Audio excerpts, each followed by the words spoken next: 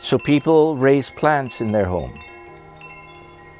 And occasionally plants will die on them. They'll get sick and they'll die, no matter what they do.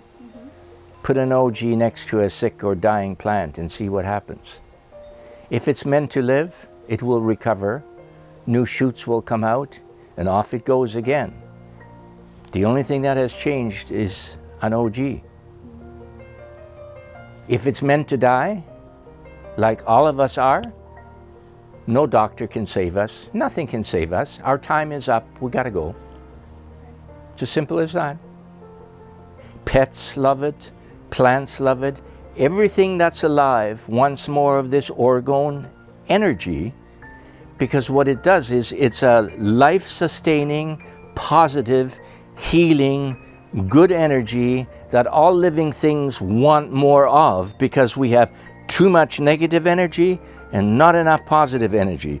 So when you introduce orgone generators into your environment, the bad doesn't go away, but you come into balance.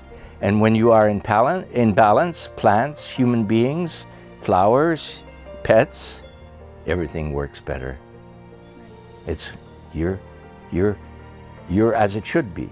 You're in balance. Just like when you're balanced in your head. You won't go crazy suddenly because of somebody said something and you go berserk. You said, oh, that's interesting why you should say that. And just don't get into it. Don't have somebody push your trigger. And that's what they're doing right now with the fear, the COVID. They're pushing people's trigger. Survival instinct, fear, death, dying, sickness.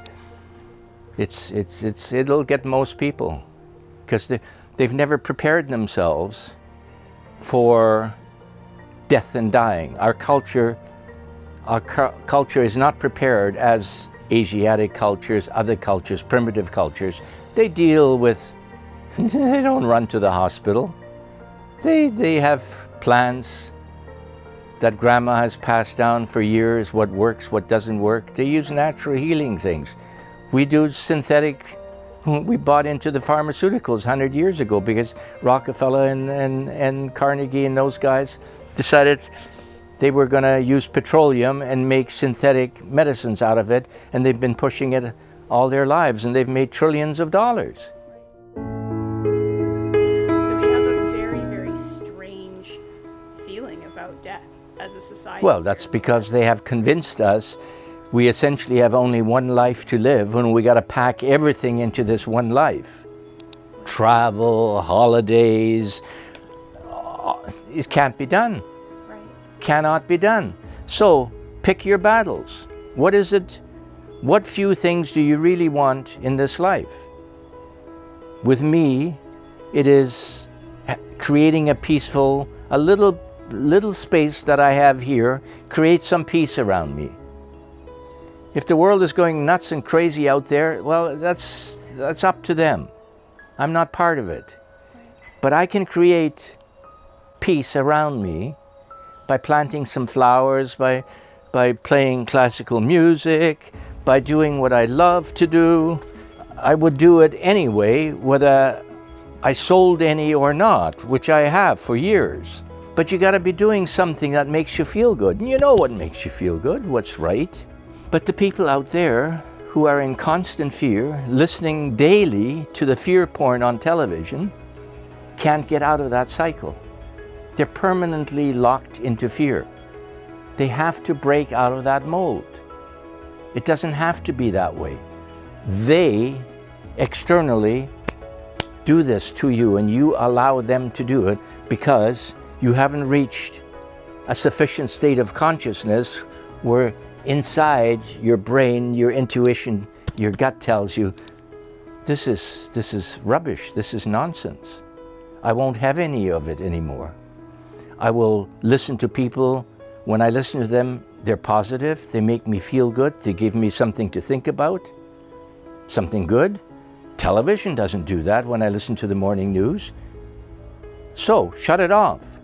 I shut television off 7 years ago. I don't know why I didn't do that 27 years ago. Yeah. Well, because they're bending the genders.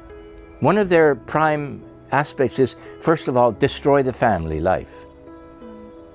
They've succeeded in that. There's more divorces than ever before, you know.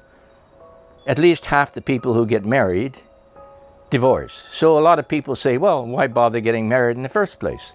It's not going to work. And a lot of people choose not to get married anymore. Okay? So they're working on that. They've worked. Then they poison us slowly with the crap they're feeding us, because we won't read labels that tell us that, well, if it's as natural on the box, run as quickly as you can from it. It's anything but natural. And if you can't pronounce the name, well, don't eat it. It's all synthetic. So you have to get to a point where you decide for yourself, okay, a little bit at a time, I'm going to make an improvement in my life and in the way I think. One step at a time. And you'd be amazed how much progress you can make in 6 months or in a year. You'll be a totally different person.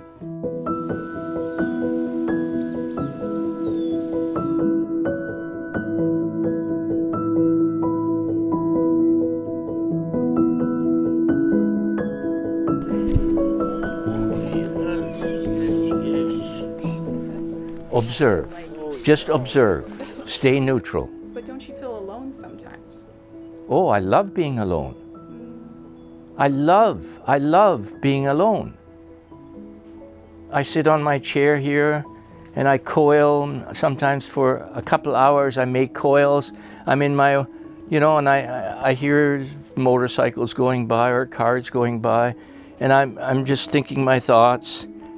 And I said, how lucky, how fortunate I am to be in this situation, to have this peace of mind, to have this serenity, this tranquility, it's a peacefulness that surrounds you, that makes you feel good. In being alone, you don't require somebody to come and keep you company. Like yourself being alone first. Then other people can come and share that too. There are lots of people who are similarly inclined, and you'll find that relationships improve that way. But stop jumping to conclusions. Stop judging. And we're trained and taught to judge all the time. Be critical, super critical. Oh, I don't like what she said or what he's doing. And can you just listen, observe, but put a smile on your face, but don't get emotionally involved in that. We have a choice. We always have a choice. So, to sum this all up, at this very moment, your life is the sum total of everything that you have ever done and thought right now, at this moment. Not the next moment, because our life proceeds from moment to moment to moment. All you have is right now. And all the past things that you've done and thought have brought you to this place right now. You have created it yourself. Nobody else did it. Your mom and dad didn't do it. They just helped you bring you into this world. But everything else, your friends, your peers, schools, teachers, everything, have influenced you to a certain extent, have brought you to this moment that you have self-created. Are you proud of what you have created? It's not too bad. Okay, give yourself a pat on the back. But I can do better. I can learn more. I've got the rest of my life to improve. But once you're on this journey, oh my goodness, what a wonderful thing it's going to be. Because you're looking at what you used to look at and get triggered. You're no longer triggered as easily. You will still be triggered. People will still be able to trigger you at certain things. You can't erase that just because you're going to think them away. It doesn't work that way. But you're conscious now. You're aware of it now, that you have triggers that others can push. When you are conscious of that, you now are more in a position to make the choice Am I going to allow them to trigger me, or am I going to pull back and say, I will not let that trigger me? Whereas before you didn't have that. You weren't conscious enough to make that choice. Now you are conscious enough to know that other things are triggering you, and you're in a better position to whether to give in or to not give in.